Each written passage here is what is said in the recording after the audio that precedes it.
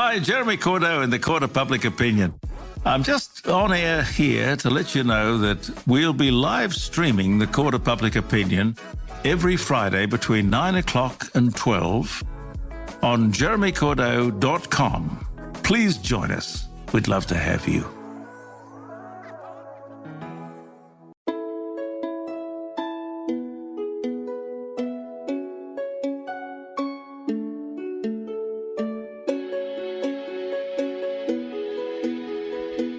Welcome to Hong Kong Confidential. I'm Jules Hannaford and I'm your host. I'm an Australian woman and I've been living in Hong Kong for many years. I'm a mother, a teacher, an author, and I want to share my wisdom and the wisdom of others with you. Thanks for joining me and I hope you enjoy the show.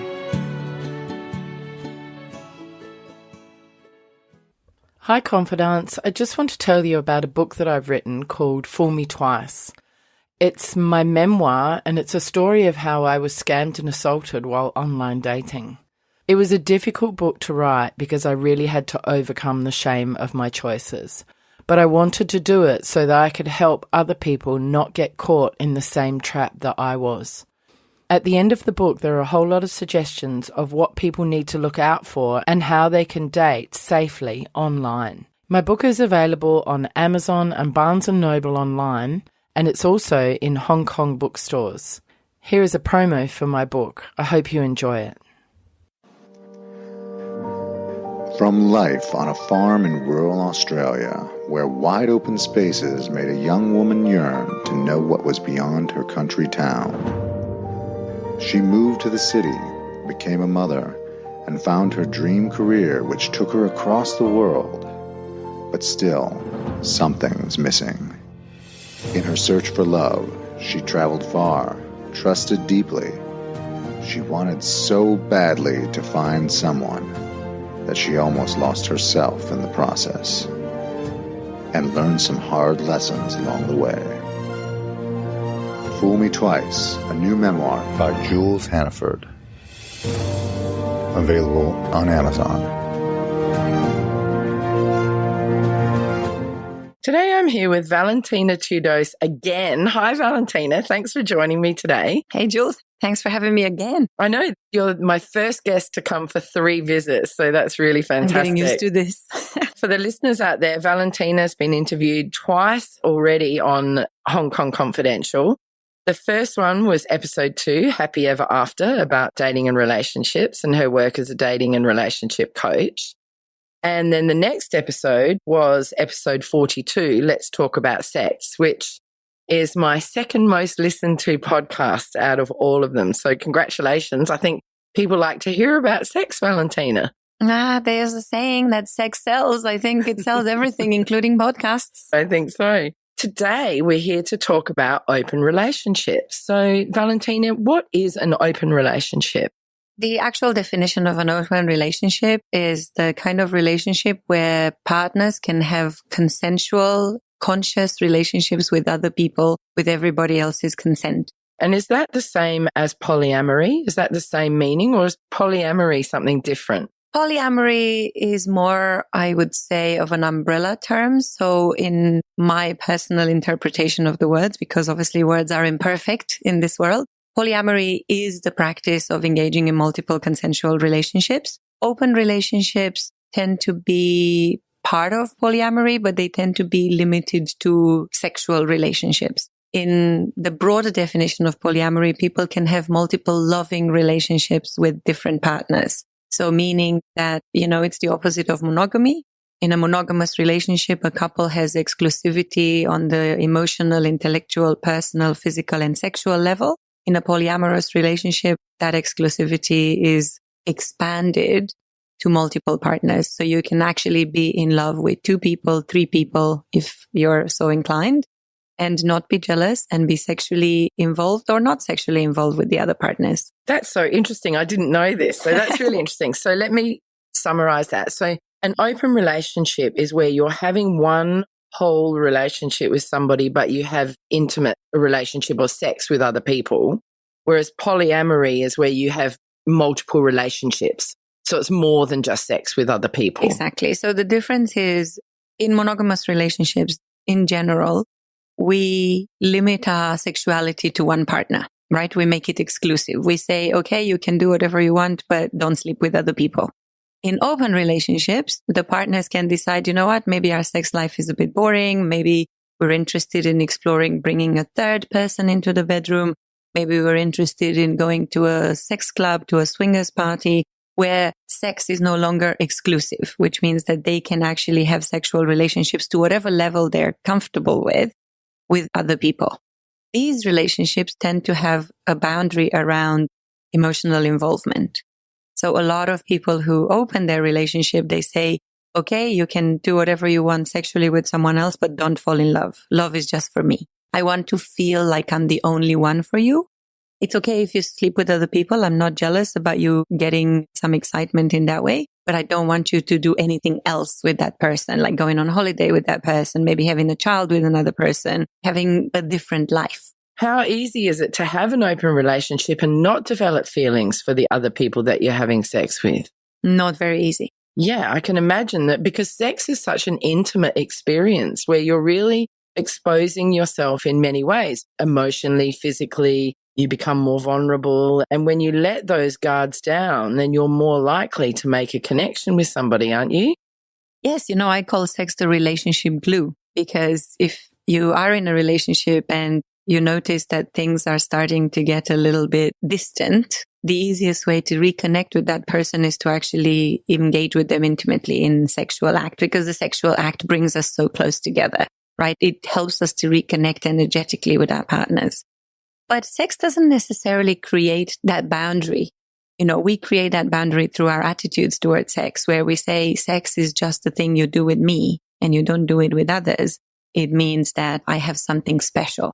To answer the original question, it is much harder for women to have no strings attached sex, because I think I mentioned in the previous podcast, this presence of the bonding hormone called oxytocin, which is much more present in the female body versus the male body. So females, women, programmed by Mother Nature to bond with our children. And we bond with our children through oxytocin, right? So when we breastfeed and when we keep our children close to our body, we are filled with oxytocin, which is that kind of motherly love thing. But oxytocin is also released in our body during sex. Men don't really have this, which is kind of a little bit sad. Then you have that saying, men love to get sex and women have sex to get love. Exactly. So it's really a matter of biology, but it's also a matter of mindset, because if we equate sex with love, then we start becoming much more jealous. So it's not very easy to differentiate the two. The truth is, as humans, we can have sex without love and love without sex. The other is true as well. We can be in love with people. I actually know many couples who have not sex for a very long time. That doesn't mean that they don't love each other and that they're not exclusive and that they're not great friends. It's just that that sexual connection isn't there. It's actually quite difficult to manage the jealousy, because jealousy is that emotion that tells us someone else is getting something that belongs to us or that we deserve. Or we're making comparisons as well. I'm not as good or not as pretty or not as sexy or whatever. Which feeds, of course, into our fundamental lack of confidence, insecurities that we have. So it's quite tricky to handle or to manage all the feelings that are associated with opening your relationships. In fact, I'm coaching a really lovely couple right now who are exploring opening their relationship. And it's really beautiful to see how they are so much more open with each other, but they're still experiencing a lot of conflicting feelings. So usually in between the sessions, I get texts from them saying, oh, so this happened and I kind of don't really know what to make of it. And maybe you can help me figure out, why do I feel like this? It's actually quite useful to have someone to help you figure out what's going on. Given all of that, would you say that it's more common for men to want to have open relationships than women, or are they often the instigators of open relationships, or is that a massive generalization? It's a generalization to say that men want sex with multiple partners more than women do. It's not necessarily always true, because my experience, especially in the last year and a half, has been that all open relationship coaching that I have done has been instigated by women. Oh, interesting. women came to me and said, hey, I have this wonderful husband, but I also have this wonderful boyfriend, or a desire to have a wonderful boyfriend or more. How do I handle this? How do I even go about it? And, if their partners were open to it, which they have on some occasions and on some not, we have explored what would it mean? How would that look for them? What would they get out of it? What are some of the boundaries? Because everybody's asking about the rules and the boundaries. What kind of agreements and commitments they need to make to each other to make that work. What might some of the boundaries be that a couple exploring an open relationship might set?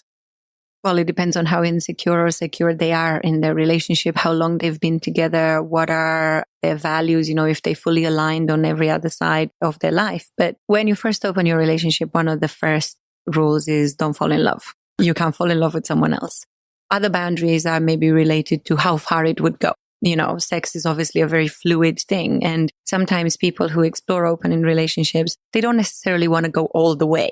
They just want to maybe flirt a little bit and maybe kiss someone else just to get that thrill of being wanted, because that's actually the core of why people would want to do this. In a long-term relationship, we start taking our partners for granted, unfortunately. And no matter how much your partner shows you, they love you, they want to have sex with you, kind of becomes a bit boring. So we want the thrill of being wanted by someone else. So if one of the partners wants this thrill and feels excited by maybe texting someone else or maybe flirting or kissing someone else, they may not be ready to go on to full sex, like spend the whole night together with this man or with this woman, but they just want to explore that a little bit.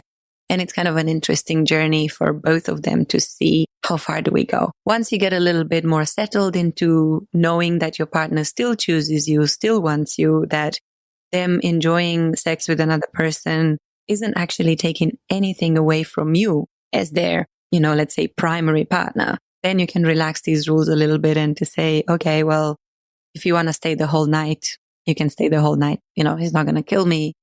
Or you can even move from an open relationship to a more polyamorous kind of arrangement where it's okay to maybe go on holiday, like a short weekend away with the other person, or, not just do dinner and sex, but you can do, going to a show together or seeing friends or, doing a junk trip or something like that. So it starts to open up the more secure you feel in the relationship. What type of people generally choose to have an open relationship?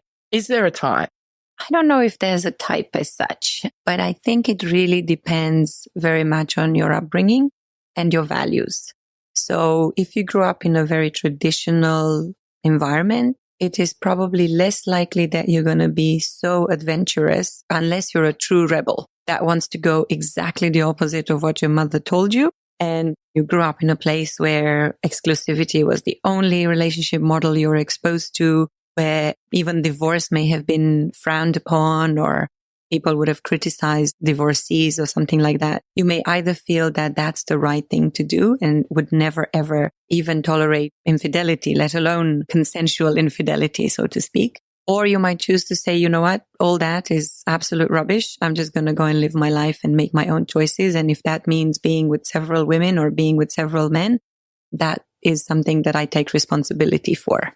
But I would say that in general, people who tend to be more liberal, more open-minded, more adventurous, the kind of explorers, people who just want new experiences all the time, who are not afraid to break the rules, who do not care for judgment of others, would be the ones who would be more open to open relationships. Because I tend to believe, based on all my conversations with a lot of people on this topic, because it's one of my favorite topics. So thanks for having me here talking about it. No, it's great. It's so interesting. And it's not something I'm really familiar with at all.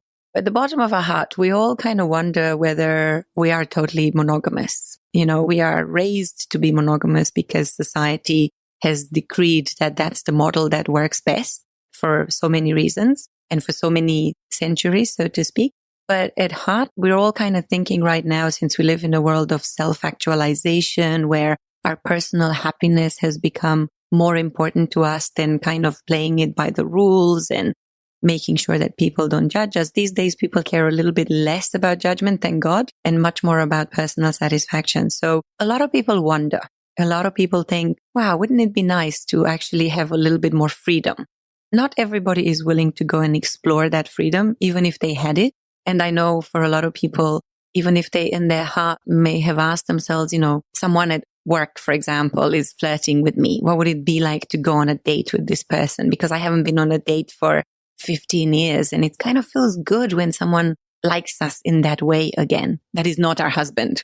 Yeah, because it's exciting, isn't it? And it builds your ego and you have all the adrenaline rushing and all those sort of hormones and feelings that you don't normally get. Absolutely. All of this is in most relationships is basically that first phase, the chemistry, the lust that we experience when we like someone that we like. And it's a drug. It literally is a cocktail of drugs that we experience in our body. So that euphoria that we associate with love in any long-term relationship essentially becomes less and less.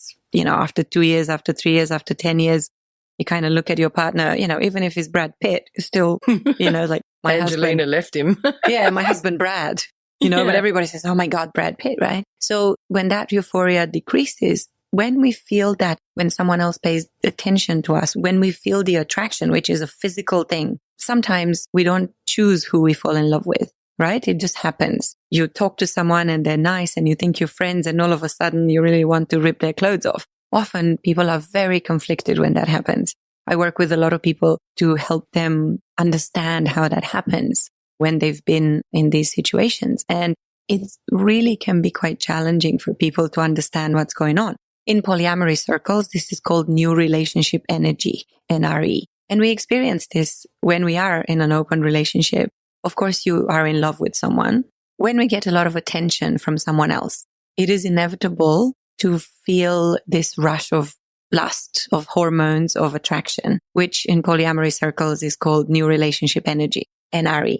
And sometimes this is the most challenging part because even if you are in an established open relationship or a polyamorous relationship where you have certain rules and agreements and both of you know that sometimes you might find someone else who you're attracted and at other times your partner might fall in love with someone else. It's actually quite hard to handle this rush of excitement that they feel for someone else. Because it's so exciting. Because they experience all that. And it's almost like you're not jealous of them having that experience. You're like, I want to feel like that as well. So it can be quite challenging. But I think with the right mindset, with understanding what is going on, you can manage that very well. And obviously discussing with your partner, really being very open about what is happening for them. Because at heart, we're always afraid that we're going to be left. From what you're saying, it seems that if you are in an open relationship, it doesn't mean that always both partners will be seeing somebody else at the same time. So one person may be and the other person maybe not. And that can bring about an imbalance or jealousy as well, could it?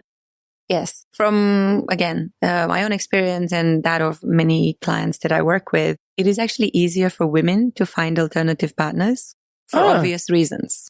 Right? What is it? What? Hang on a minute. I can't find even one partner, let alone an alternative partner. So how is it easier for women than men? Because the foundation of an open relationship is sexual non-exclusivity. So it's actually relatively easy to find sexual partners. To find partners that are loving and willing to be in an exclusive relationship for you, yes.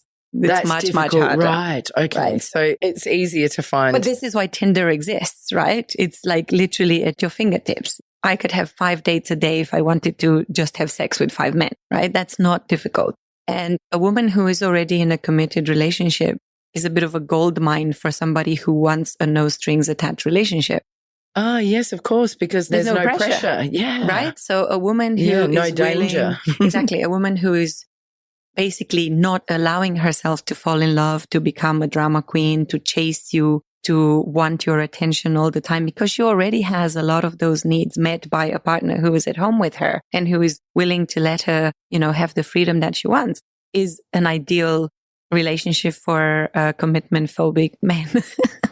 And not only, there's a lot of men who are just not ready for that kind of relationship, and having a partner who is already attached to someone else is a wonderful thing. For men, not so much.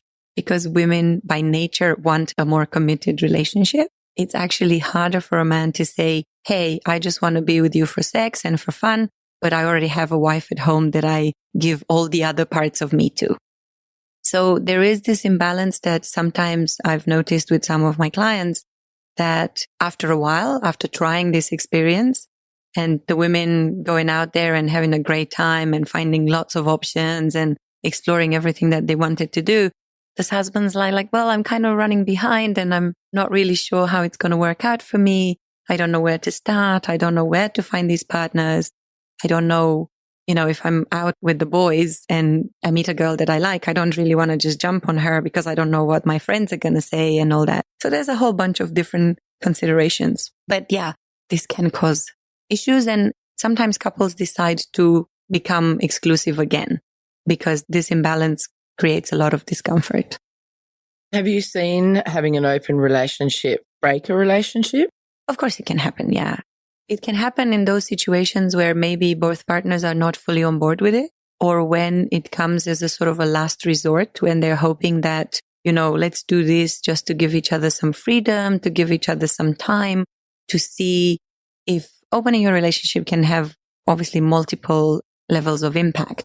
But one of them could be, and that I've experienced it myself, and I see this with a lot of my clients, can be that you become much more intimate with each other, with your primary partner, because you now no longer have that fear of abandonment. And you no longer have that fear of, if I do something like this, my partner will leave me, because you're honest, because you share everything and you're much more intimate with your partner. Oh, that's so interesting. That is one of the biggest benefits of having this relationship, because once you let go of the fear that you're going to lose your partner, you can just function at a very, very different level.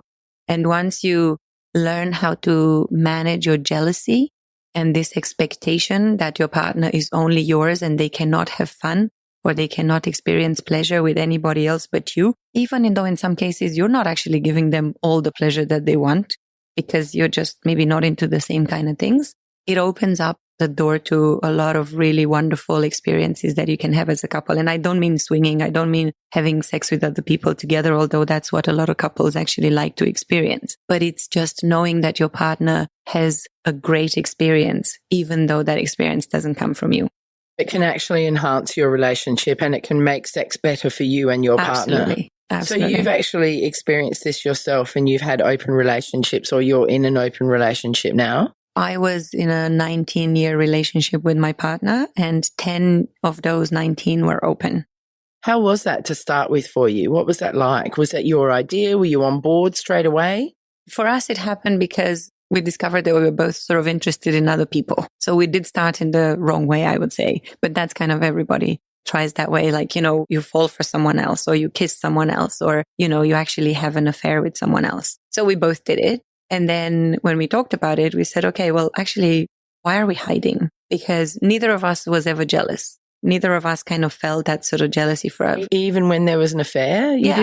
Wow. The jealousy was not about, of course, we weren't happy when the affair happened, but it wasn't about the fact that we were with someone else. It was that we didn't talk about it. Right, that you weren't being open and honest. That we didn't actually say, hey, I met someone and I had this great experience. Of course, you don't really know how to do this in the beginning. I was 25 when I met my partner, so I was very young. But this only happened much later, 30 something. And sitting down and discussing, okay, so how are we going to deal with this? We don't want to break up, but it doesn't seem like we're totally, cut out for this. So maybe we should try something else. So he suggested it. And if you told me 15 years ago that I would ever be in an open relationship, I would have said, not that I was against it. I just hadn't considered it as a model. It wasn't something that I ever grew up with. I don't think I even heard the words until I was 30 years old or something. But when he said, okay, would you consider an open relationship? I was like, what does that mean? And then he said, well, this non-exclusivity. You're willing to try.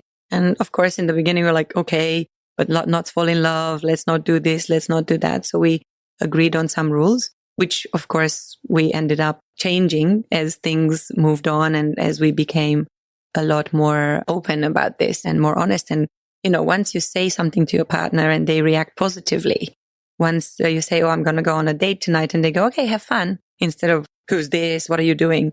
You kind of become much more confident that this can work, and you can actually go on that date really relaxed and very happy, and knowing that your partner actually is supporting you in this. And I see this actually with my clients right now, when they support each other in these situations, when, they're together in a bar and one of them is kissing someone else and the other partner say, go and have fun. It's just one of the best feelings in the world to know that your best friend has got your back, and they worry about you, but in a good way, they support you. So yeah, in the last 10 years, we've both experienced multiple relationships, and it's been really great for our relationship. Did you experience any jealousy, or did it put your relationship under threat at any time in those 10 years, or was it mostly pretty positive? Oh yeah, we did have, obviously there were challenges all along, because the whole point of this experience was actually how to love unconditionally. So I am very, very grateful to my partner for coming into my life to teach me this. And yeah, we did have challenges, of course. I fell in love with someone else and I didn't handle it very well. We almost broke up because of that. But then once again, we sat down and said, okay, obviously this is something that we need to do differently. We worked on a plan of, regaining the trust and making new agreements in that relationship and figuring out how that's going to work. He ended up in a more intimate relationship with someone else than he originally wanted, with the other person becoming less and less satisfied with this arrangement. Although we were all very, very, it was all consensus. I knew this person. She knew me.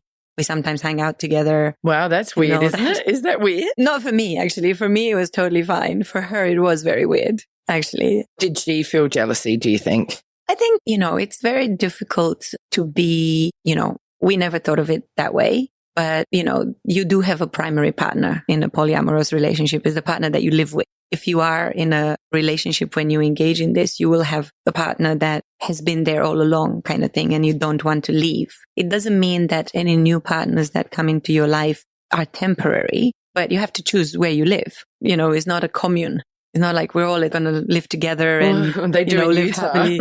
Yeah, it's not like that. It's not like polygamy. And that's the difference, isn't it, between polyamory and polygamy?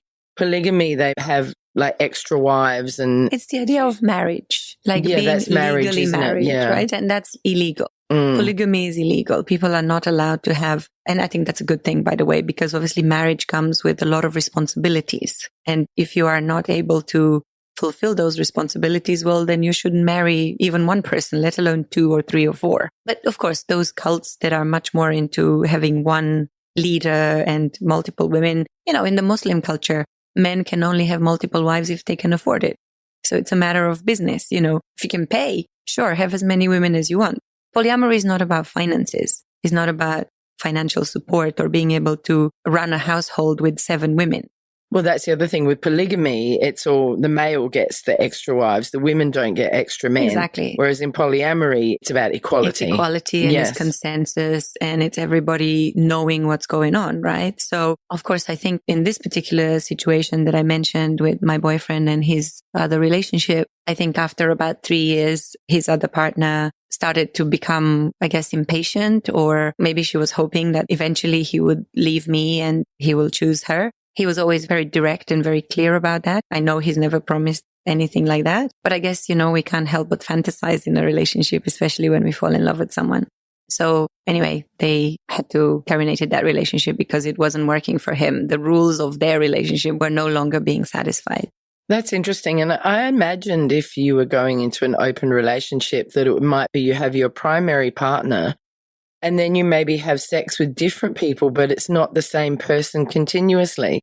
But I guess for some people, it just depends on what the agreement is. Is that right? Yes. With open relationships or polyamorous relationships, there are infinite models, right? You can have a relationship in which the one man and a woman are in a partnership, and maybe both of them are actually having sex with a bisexual woman, either together or separately, So, the woman can have a relationship with another woman, and maybe that other woman also has a relationship with the husband. They can have, the sort of ménage à trois kind of arrangement, or they can just individually date and have sex with that person. So that's kind of a triangle shape, if you like. It's in shapes. Yes. Or letters.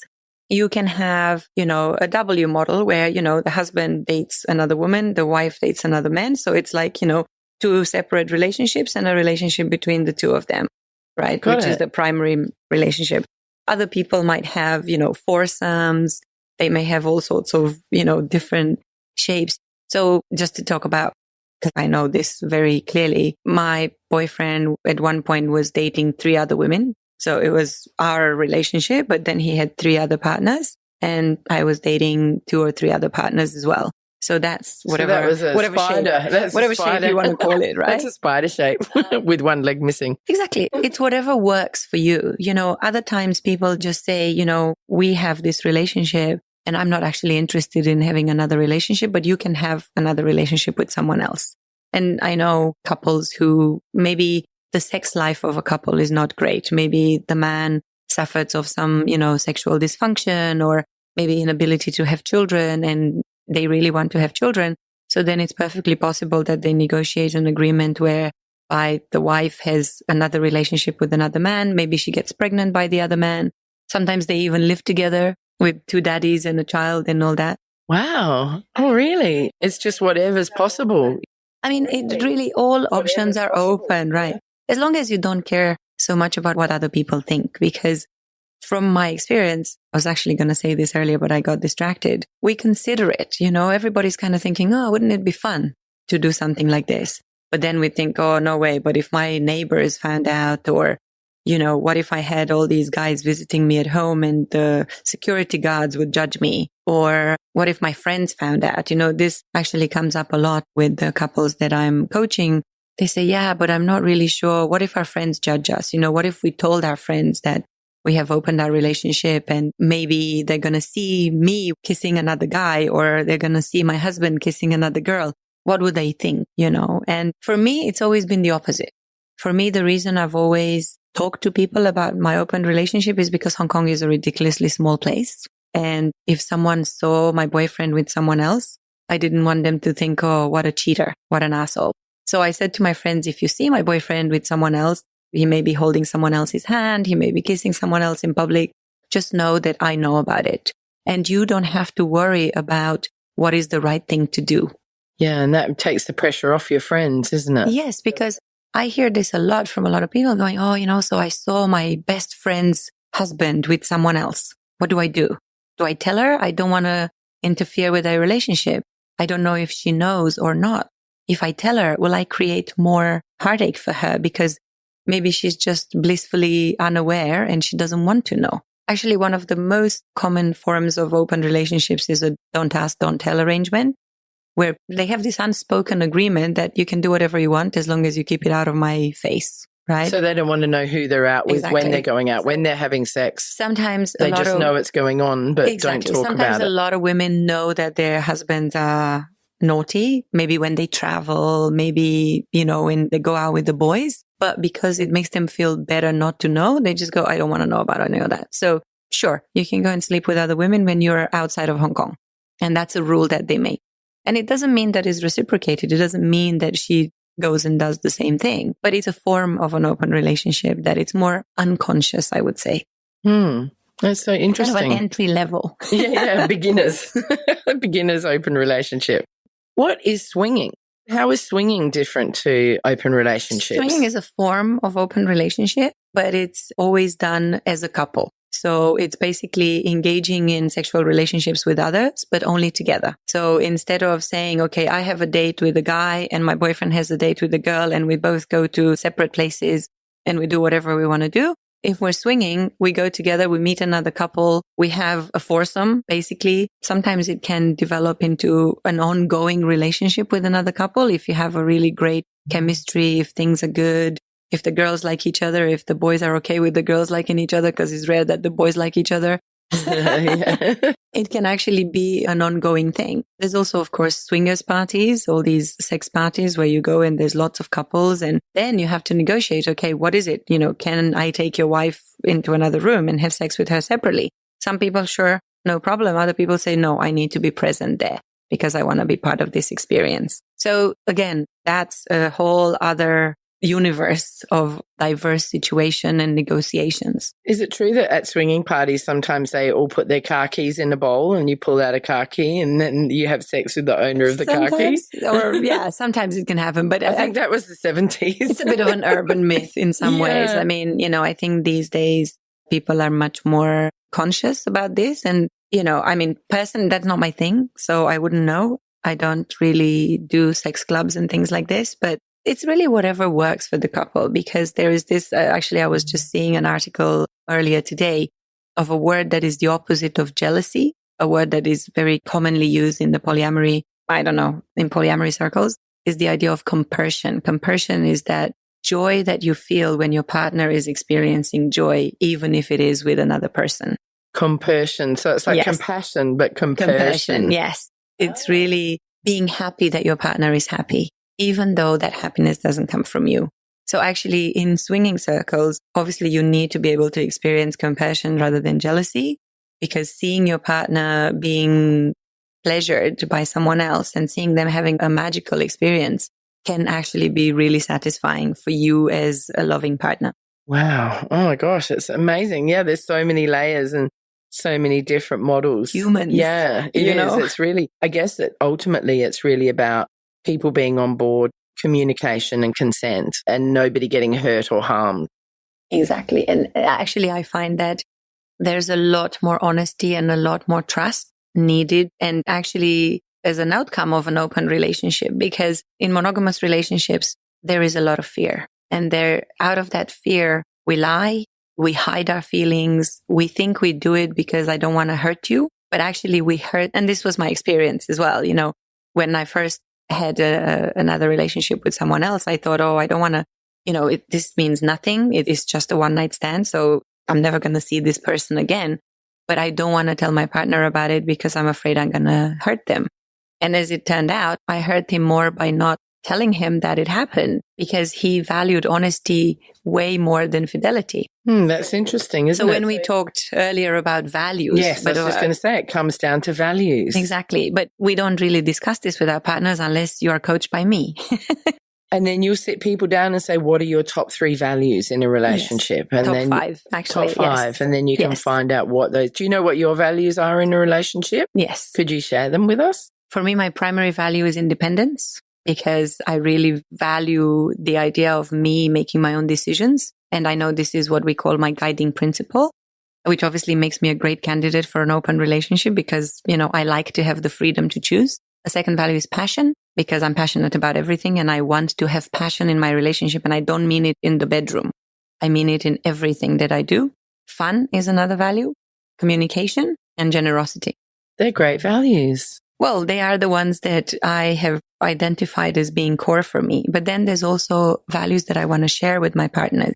So they can be the same or they can be different. Oh, okay. So what are they? The other ones, the ones that I want to share, are respect for each other, for our relationship, our trust, the ability to actually tell each other everything. I obviously don't value monogamy and fidelity very much because I don't believe that it adds anything to my life. Therefore, it's not really anywhere in my list. There's a whole bunch of other things, but these are like the basic ones that I've aligned with my partner on. And I know that it works for him as well.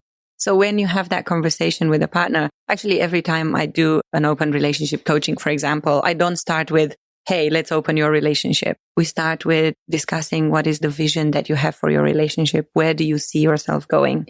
How do you see yourself growing together? Because if you don't grow together, you're going to grow apart. What do you do if people are really misaligned? Well, if people are misaligned, we look at those things that separate them. Can they be reconciled? Can they work on those things? And, there's 2 fundamental aspects that I work with any couple or even with singles. First of all of us have a bunch of requirements, are deal breakers in every relationship, right? Deal breakers are things like trust, like fidelity for some people, like respect. I was just with a client before I came here, and she was telling me, I don't feel respected in this relationship. I don't feel I can trust my partner with everything. I don't feel that I'm not taken for granted, and these things are really, really important. So I said to her, if this continues to be like this, and if it's not going to change, do you still want to be in this relationship? And she was like, no, because that's what they call deal breakers, right? You cannot change who you are. I cannot change being an independent person. I do not want to change that. Actually just told me that, I couldn't even light candles in my house in this relationship. I'm like, wow, this is I'm going to make an Instagram post out of it, because if you can't even light candles in your own house, imagine what is it like wanting to do other things that are yours alone. She was being very controlled by her partner. Yeah. I mean, there were a lot of areas of her life where she felt she couldn't be herself. And what's the point of being with someone if you can't be yourself? Your life partner is supposed to be your biggest supporters and your biggest fan. So I usually help people identify 3 things when I work with them: their values, So this list that I mentioned, 5 top values of your own and 5 values that you want to share with your partner. The second thing is, what are your deal breakers? What are the things, when I was speaking to your 15-year-old students, I was talking about the bottom line. What are your minimum standards? So being respected is a minimum standard. Someone respecting my sense of independence is a minimum standard. Someone not lying to me is a minimum standard, and so on. And we usually have between 8 and 12 deal breakers. And as the name says it, deal breakers create unsolvable problems in relationships. So if I notice that a couple are misaligned in this area, if he wants to be married and she doesn't want to be married, or she wants children and he absolutely knows that there is no way he ever wants to have children in this life, there's not really much negotiation possible. They actually need to make the decision whether to give up those requirements and choose to accommodate the partner. Okay, if we're going to have children, fine, I can live with them. I'm not going to love them maybe, but I can live with them. Or they can choose to separate, to go their own way. Because if you really, really want to have children, you might as well have it with someone who really wants the same thing. What's the point of forcing this one person to give up something that they think it's very important for them to do? And then the third aspect of it is their needs. When someone says, oh, you're not giving me what I need in this relationship. And those needs can be attention, can be affection, can be intimacy, can be an ability to feel safe. There's a whole bunch of things that, I give my clients a list to choose what are your needs from here. And then I educate them, because the thing about needs is they are those aspects of a relationship that are negotiable. So if you're telling me that you love me, but I don't feel loved, we can negotiate around how you're showing me that love. Because then it's a matter of you understanding how I need to be shown love. It's not that I don't believe you love me. Yes, I know that you love me, but you're not showing it to me in a way that works for me. And then you've got to look at the 5 languages of love. That's right. Right. My Do you know what they are off the top of your head? Yeah, can you tell me what the 5 languages of love are? Of course. So the 5 languages of love are words of appreciation. So your lover, your partner, always telling you how nice you are, how much they like you, what they like about you, just constantly giving you validation and affirmation so that you feel that they actually pay attention to who you are. The second one is quality time. So a lot of times people in Hong Kong suffer when their love language is quality time, because obviously we live these crazy busy lives and it's very hard to make time for our partners.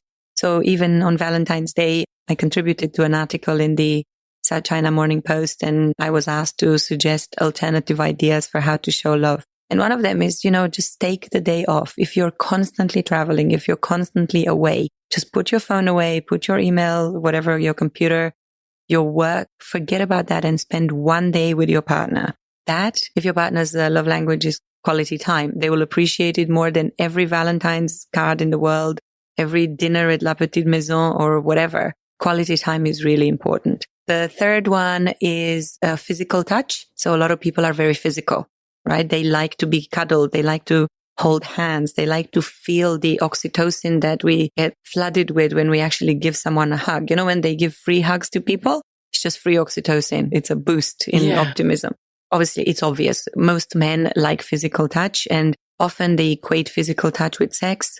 And often that causes a lot of issues in a relationship because, many people who've been in long-term relationship tell me, oh, he touches me like this, I know he wants sex.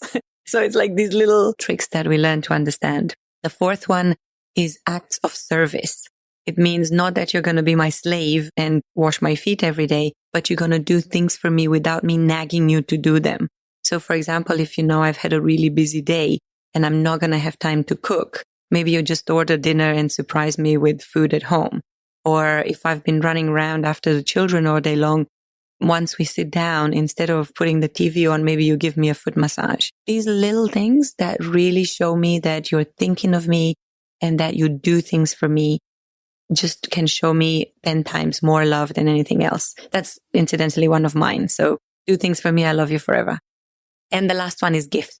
Not everybody, very often we assume that giving someone gifts is the best way to show our love. But one of my clients was telling me the story how her husband kept buying her these rings and jewelry and she never actually wore jewelry. And she was like, oh my God, I just want to throw it in his face. I don't understand why he keeps giving me this stuff, although I never wear it. And then when we explored a little bit more, his mother was someone who really loved gifts. It was inconceivable for him to see his mother without buying her something. So that expectation created this mindset in him that all women need to be pleased with gifts. But just because her mother's love language was gifts didn't mean that his wife wanted to be shown appreciation in the same way. So it's really important that we know this. That's so interesting. So do we all have one of those areas that is our main love language? We tend to have a couple. Is that what you mean? There's a couple. So there's actually, if you Google 5lovelanguages.com, there is a test that basically asks you different questions. And at the end, they would tell you where you score highest. How interesting. So you can work out which is your love language. And your partner. So every time I work with couples who are trying to become more intimate, to learn how to show appreciation for each other in a new way, I give them this test. So both can learn about their own love language, and then they can share with their partner how they want to be shown love. Because if you've been buying lots of gifts and your partner never wore them, obviously that's pretty clear to me that they don't really appreciate them so much. So maybe all you need to do is just tell them I love you every now and then. Much cheaper, by the way. Yeah. It's really, really very helpful to know how you want to be shown love. Right. And sometimes being set free, you know what they say, if you love someone, set them free. This is kind of my motto in life because I believe in unconditional love, and polyamory is a direct consequence of that. You know, if you allow your partner to go and experience whatever they want and are happy for them, they are more likely to come and stay. Did you not have any times where you felt jealous? Of course I have. I remember only one situation in the last, 4 years. And it was all about new relationship energy. Right. That excitement he had meeting somebody new. I was noticing all this, desire to meet this new partner more often than it done with the others. Much more, okay, we're going to spend, I'm going to spend 24 hours with her. In the beginning, it didn't bother me. But then when it started to be repeated, I was like, okay, let's have a chat about this and see what is happening. Because if there's more to it, I'm fine with it. Ultimately, it's your choice, whatever you want to do. But I'd like to be sure that I'm still up to speed with what's happening. But then a conversation sorted everything out. I guess to be somebody in that situation, you've got to be fairly secure in yourself, don't you? You've got to have a level of self-confidence and a level of self-acceptance to be able to cope with it. Is that right? And you can get this as you go along with the relationship, right? In the beginning, it's always going to be a little bit harder. But yes, I find that people who have low self-esteem, people who don't believe in themselves as being worthwhile, who don't deserve love, are not going to be good candidates for open relationships if they do it. If their partner proposes such an arrangement to them and they agree, it's also from a place of fear. They will think that, okay, I better agree to this because if I don't agree, he's going to leave me anyway, or she's going to leave me anyway. Although they're uncomfortable with it, they try to please because this is the natural response that we have to being insecure. We do things that are not really ourselves, that are not our authentic person to please the other partner. What sort of insecurities might come up in a relationship when you're in an open relationship? Like about my body or how I look, or I'm not intelligent enough, or I'm just not enough. I mean, does that really come up? It comes up a lot. So, for example, my partner was 19 years older than me, and I tend to date younger men than me. So that's so interesting. You're with an older man, but you date younger men. Well, I'm living my life in reverse. Yeah. Now that I'm single, I'm almost exclusively dating younger men just because I don't find older men attractive anymore. When I was young, I almost always dated men who were at least 15 years. I mean, before I met my boyfriend at 25, I think between 20 and 25, my boyfriends were, I was 23, 28, 35, 38, 44. Wow. So I was basically in that phase in my life where I wanted to grow up, where I wanted to be an adult, where I wanted to learn everything I could from these people who had the life experience and could actually teach me how to be a woman as opposed to being a girl. Now that I've done the woman experience, I've been in a 19-year relationship where I've pretty much done the apartment on the peak and all this fancy stuff. Now I just want to go to music festivals and go clubbing. Not that I didn't go clubbing with my partner, quite the opposite, but it's just living my life in reverse. Yeah, so you're reclaiming your youth. Exactly. Yeah. But this keeps me young, so I'm not complaining. Did your open relationship have anything to do with the end of your relationship? Unfortunately, my partner passed away 5 months ago. Oh, I'm so sorry. I didn't know that. That's okay. Wow. So yeah, so it wasn't a planned exit, right. so to speak. But no, I am extremely grateful to my partner. He has taught me amazing things. And I am the person that I am today because of him. Wow, that's amazing.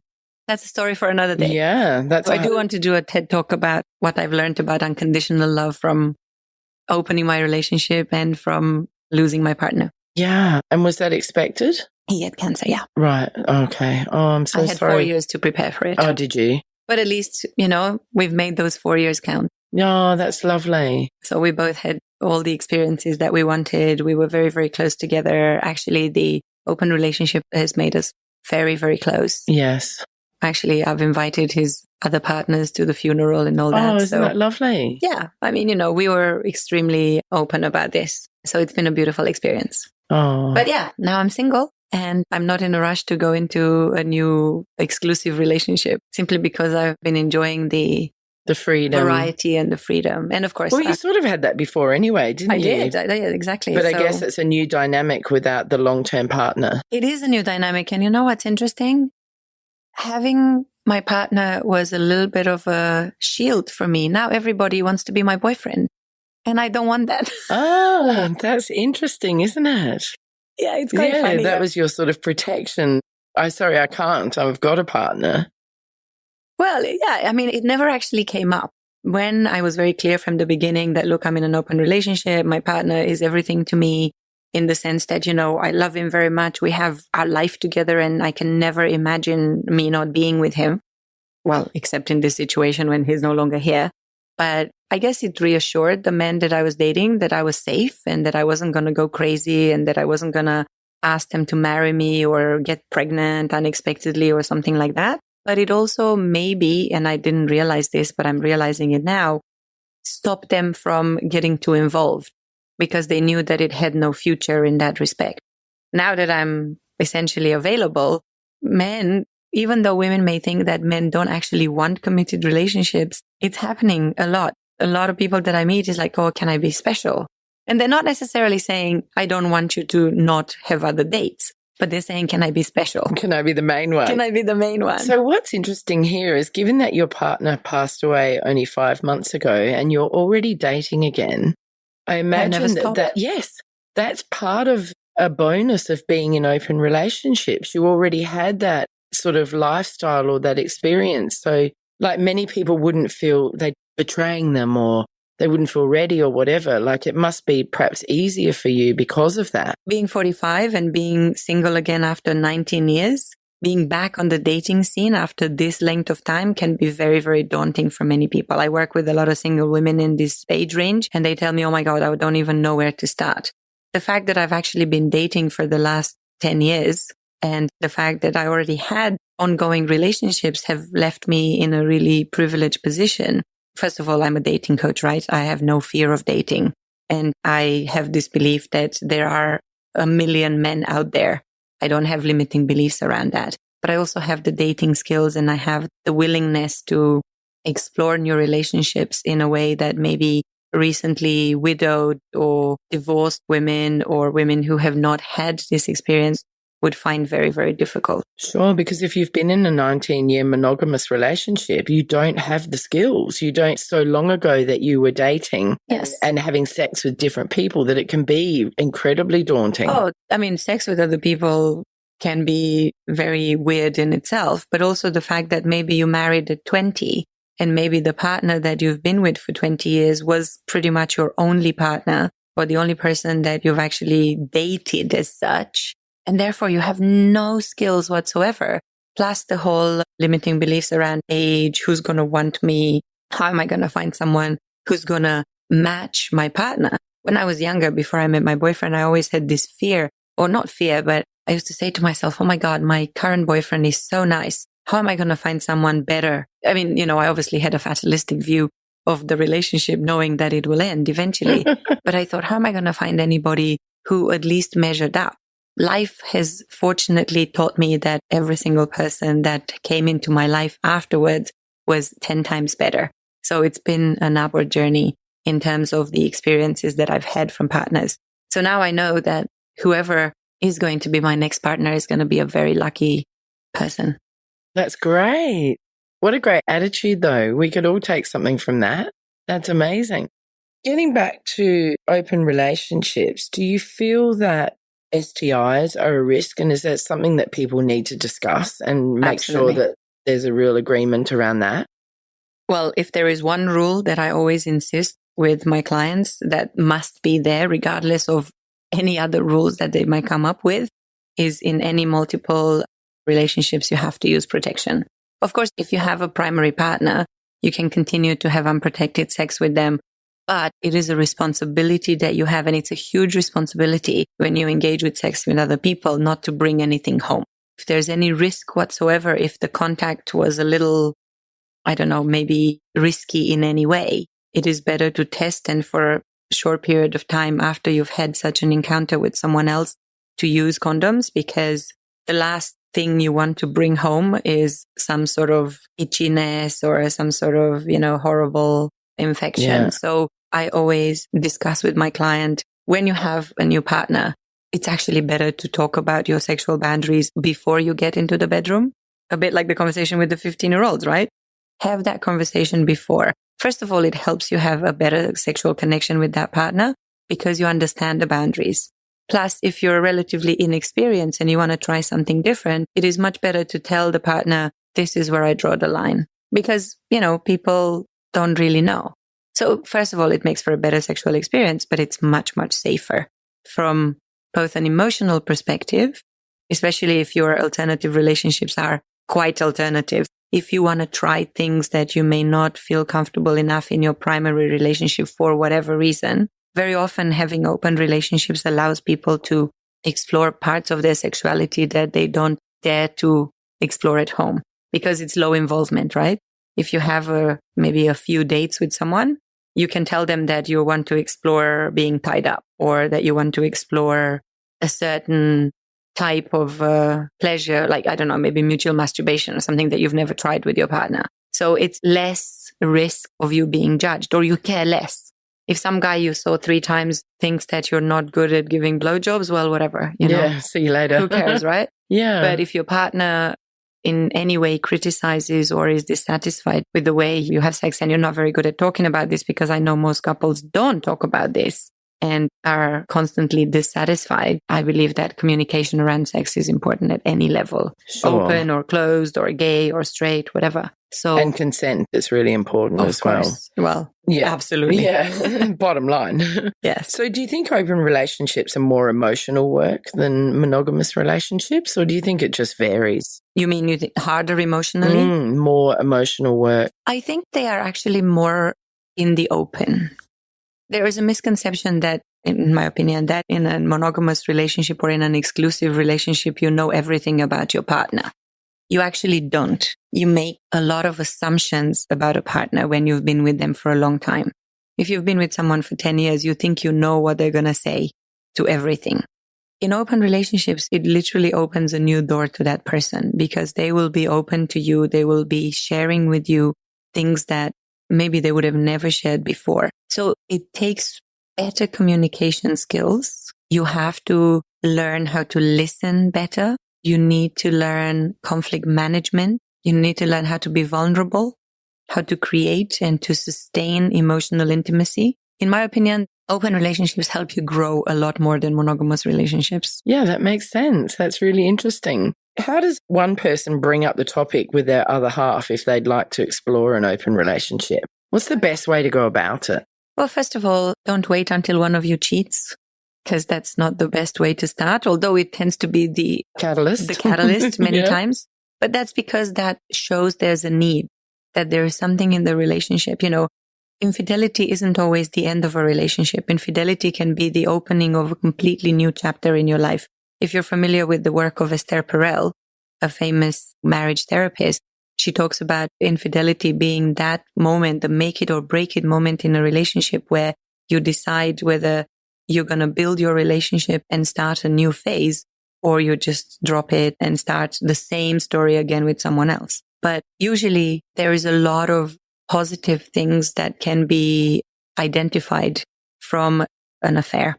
But if you don't want to go there, if you don't want to go about it the hard way, actually work on understanding your values, understanding what is it that is missing from your relationship.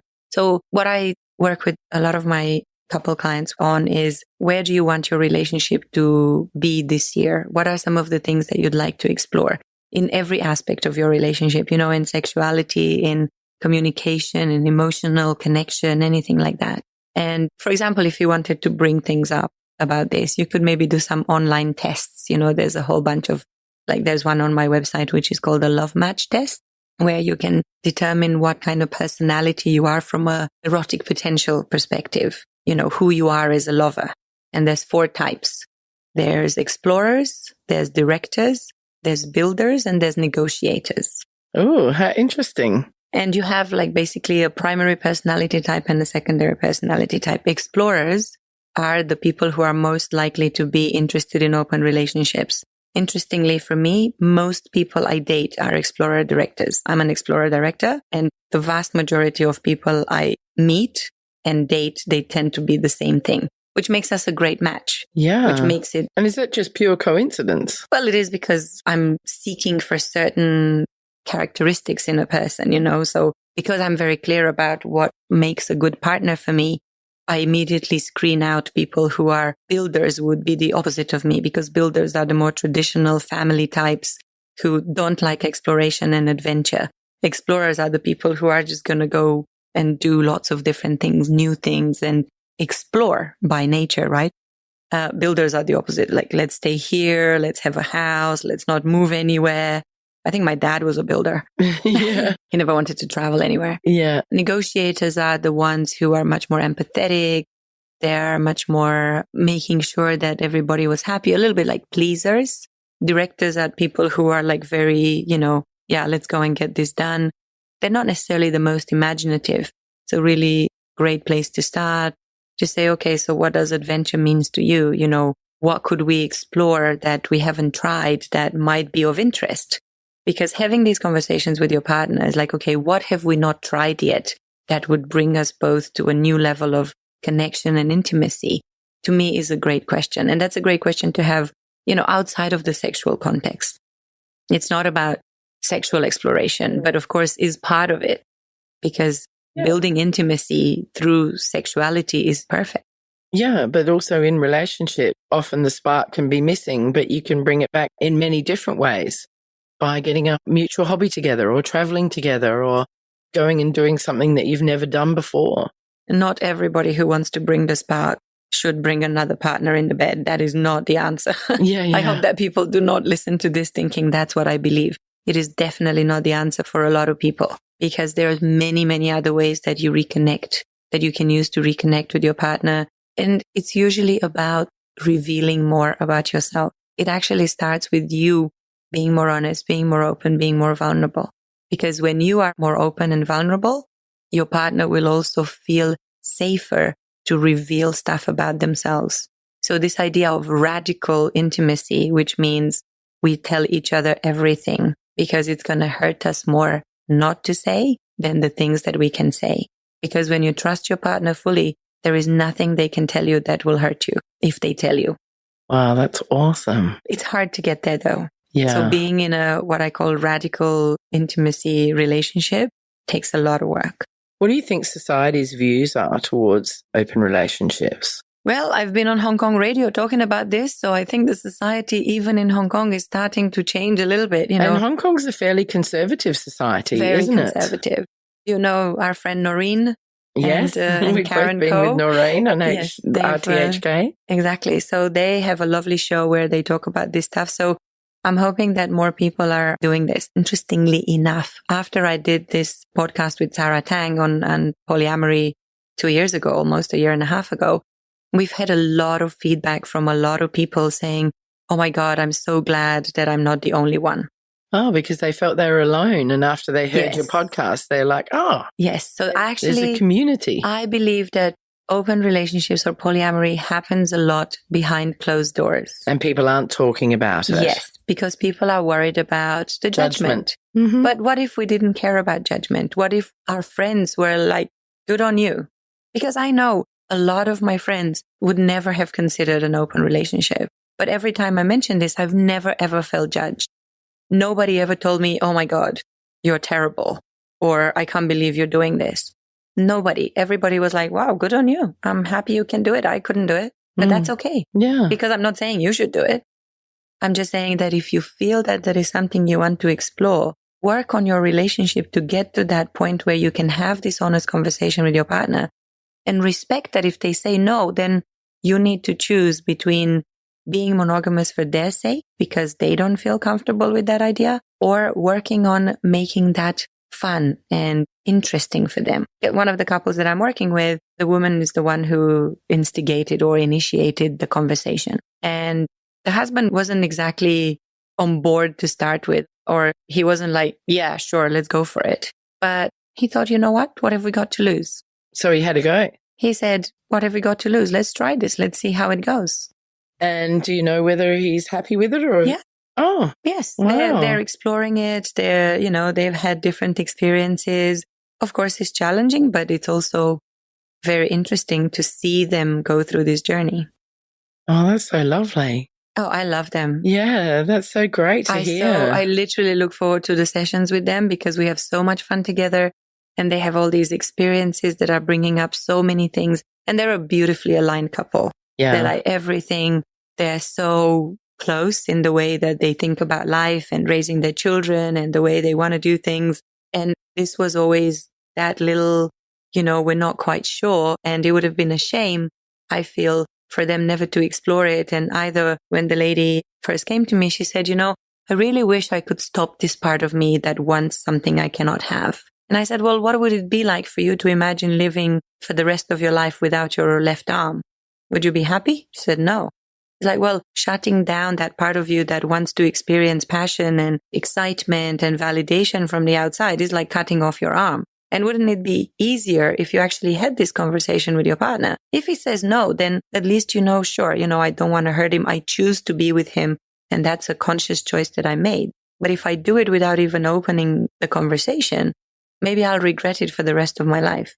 And I've seen too many of my past lives to know that I don't want to be on my deathbed regretting that I didn't start a conversation. Exactly. And that's great advice. What do you think the greatest misconception is about open marriages? That opening the door to other relationships is going to break what you have with your partner. Doesn't have to be the case, does it? No. Like I said, for my boyfriend and I, it rejuvenated sex life. It brought us much, much closer. We gained a level of honesty and trust with each other that we couldn't have had before. Of course, it's challenging. I'm not saying that it's easy, but everything is difficult. All relationships are difficult. If you're in an easy relationship, there's something you're not seeing, because if it's easy, you're ignoring the opportunity for growth. So the way I look at these difficulties that come up is, if I don't know how to share my feelings, it means that I need to develop my communication skills so that I'm more assertive, that I can give feedback to my partner in a way that is positive instead of blaming or complaining. So these are all opportunities for growth. And being in an open relationship forces you to grow much more than in a stale, monogamous, safe, but unsatisfactory relationship. So I think there's a lot of opportunity there. And again, I'm not saying it works for everyone, but actually analyzing where you want to be in your relationship and periodically reconnecting with your partner to decide what could we do to bring us closer together is always a great thing to do, open or not. Oh, that's brilliant.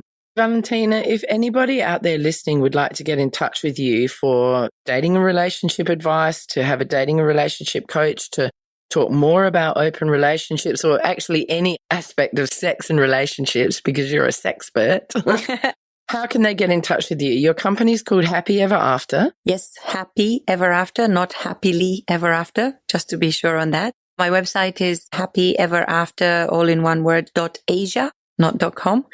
So happyeverafter.asia. Probably the best way to connect with me these days is on Instagram. My Instagram ID is fairy_godmother00. So, fairy godmother is the picture that I have on the back of my business card. And, it's very much in line with a business called Happy Ever After. So, all I can say to people is happiness is just one text message away. So will you do Skype meetings with people from overseas? Yes, I do a lot of work with people overseas. So I have clients in Australia, in the Middle East, in Europe. I used to work with people in America, but in America, there's lots of dating coaches. So I don't really focus on that market. I do a lot of work online. You don't have to come and see me in person, but you can if you want to. And yeah, I'm very flexible with my working hours. Awesome. So, Confidants, if you know someone who you feel would benefit from listening to this podcast, or you think they'd be interested in today's topic, then please can you share it with them? Please could you take the time to rate and review Valentina and I on iTunes, because that will help my podcast go up the iTunes charts and make it easier for people to find. And just remember, as Brené Brown says, owning your story and loving ourselves through the process is the bravest thing we'll ever do. Valentina, thank you so much for joining me today. It's been so eye-opening, interesting, fascinating, and inspirational. And I can't thank you enough for coming to speak to me again. And hopefully we'll see you another time for the fourth time. Thank you so much, Jules. It's always a wonderful experience to be on your podcast, and I love listening to it. So everything that you do is hugely inspirational. Oh, thanks, Valentina. Thank you so much. Thanks. Hi, Confidants. I want to tell you about my Patreon page. I've joined Patreon in the hope of getting sponsorship for my Hong Kong Confidential podcast.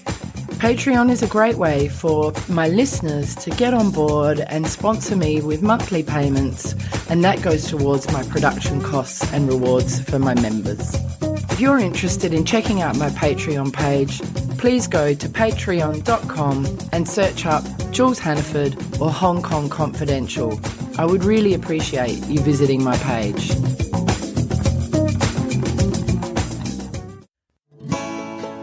So that brings us to the end of another Hong Kong Confidential podcast. I'm Jules Hannaford.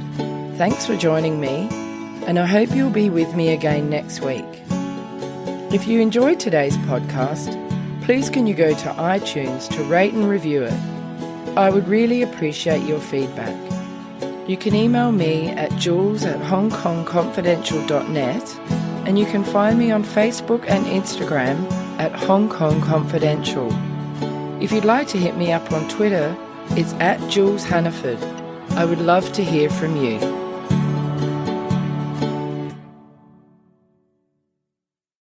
Hi, Jeremy Cordeaux in the Court of Public Opinion. I'm just on air here to let you know that we'll be live streaming the Court of Public Opinion every Friday between 9 o'clock and 12 on jeremycordeaux.com. Please join us. We'd love to have you.